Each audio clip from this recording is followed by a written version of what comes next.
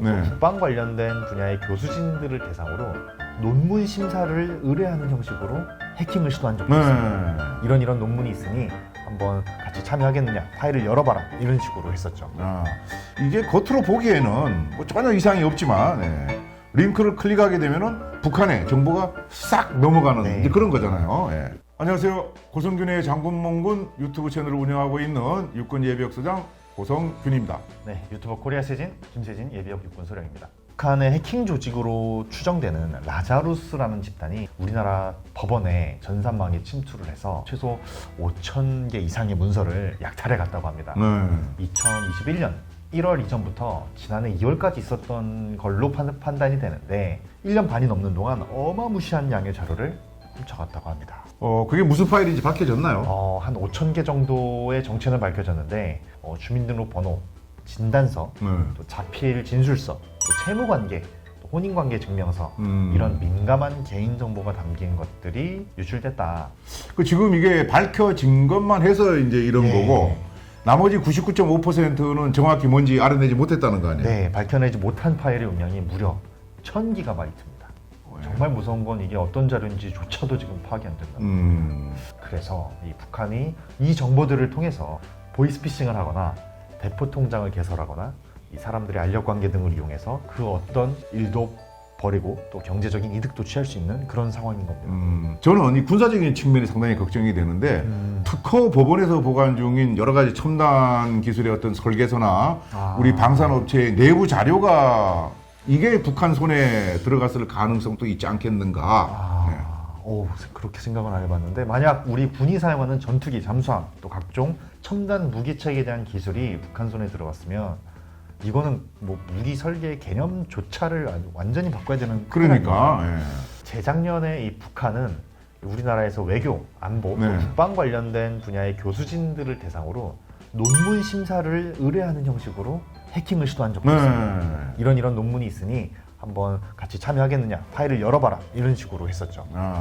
그 논문 의뢰한 것에 대해서 뭐 사례금을 지급하고 싶다면서 교수들에게 어떤 그 개인정보 이용 내용 동의서를 보냈는데 이게 겉으로 보기에는 뭐 전혀 이상이 없지만 링크를 클릭하게 되면은 북한의 정보가 싹 넘어가는 이제 그런 거잖아요. 보통 이렇게 이 이메일에 악성 코드를 심어서 해킹하는 형태는 김숙희라는 해킹 조직이 많이 하는 수법이라고 합니다. 맞아요. 이런 법원 해킹을 주도했다고 추정되는 라자루스라든지 김숙희, 안 다리엘 모두 이제 북한 정찰총국이 키워낸 해커 조직이죠. 이게. 김숙희, 라자루스, 안다리엘 같은 이름은 북한이 직접 지은 것인가요? 북한이 그렇게 부르는 건 사실 아니고 이 우주를 볼 때 별을 발견한 사람이 그 사람의 이름을 딱 이렇게 붙이지 않습니까? 그런 것처럼 이 해킹이 발생했을 때 그걸 분석한 보안 기업이 그 이름을 정하게 됩니다.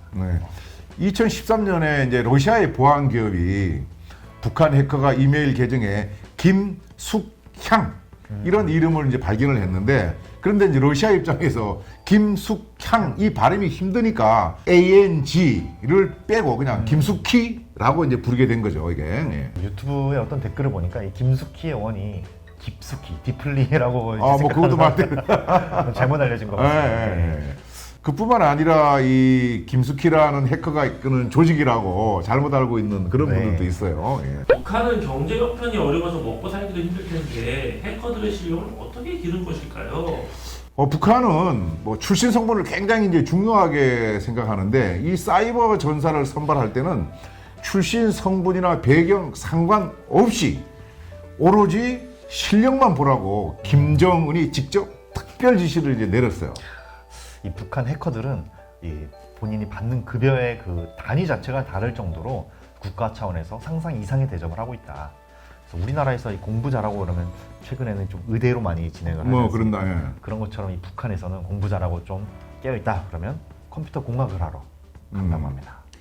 미국 블록체인 분석업체에 따르면은 지난해 북한 해커가 빼돌린 암호화폐 규모가 우리 돈으로 약 2조 1,900억 정도 추정된다 그러잖아요, 지금. 북한의 한 해 연간 예산이 한 12조 원 정도로 추산이 되는데 1년 예산의 약 5분의 1을 해킹으로 손쉽게 벌어들인다. 볼 수 있겠습니다. 진짜 어마어마한 거죠. 이 돈이 전부 다 우리를 괴롭히는 핵 같은 끔찍한 무기 개발로 이제 이어지고 있다는 거죠, 이게. 예.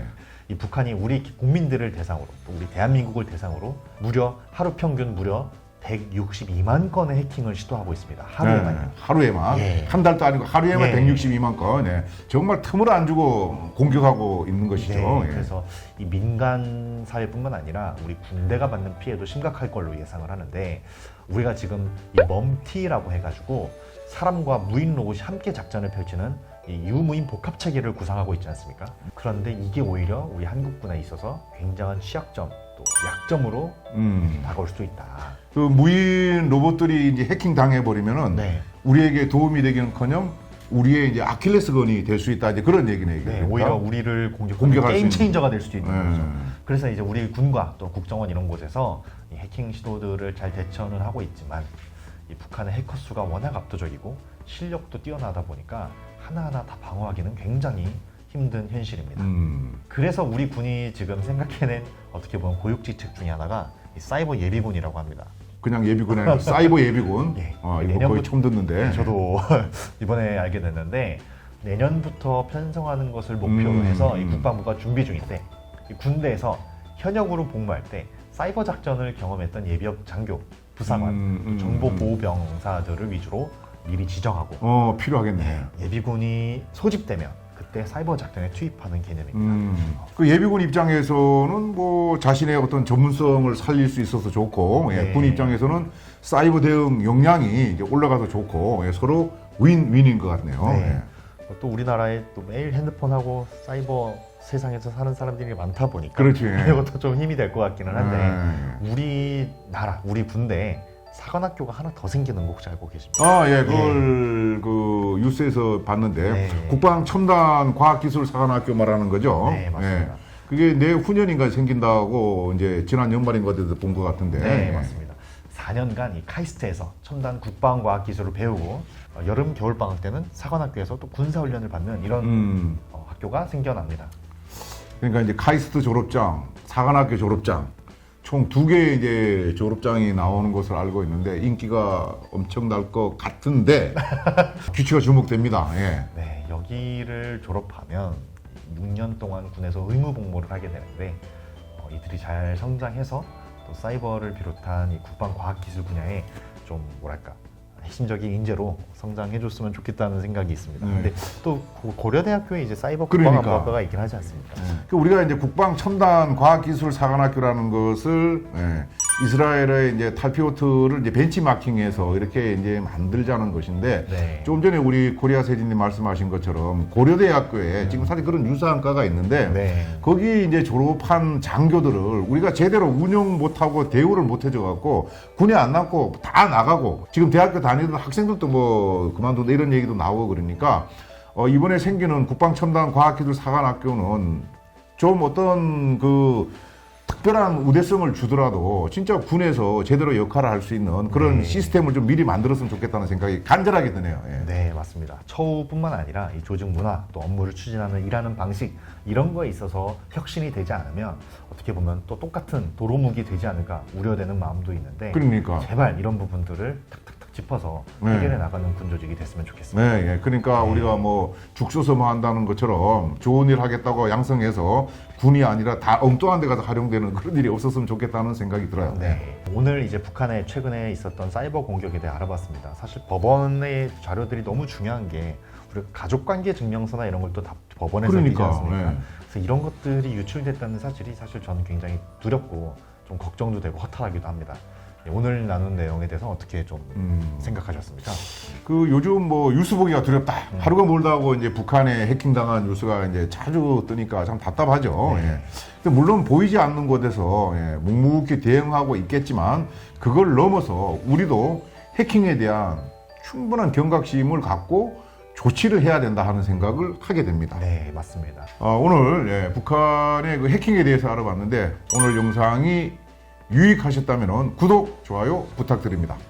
네, 유익하지 않으셨더라도 앞으로 응원한다는 차원에서 많이 봐주시고 또 많이 공유해 주시면 좋겠습니다. 네. 네, 오늘 영상 여기까지 마무리하겠습니다. 고맙습니다. 시청해주셔서 감사합니다.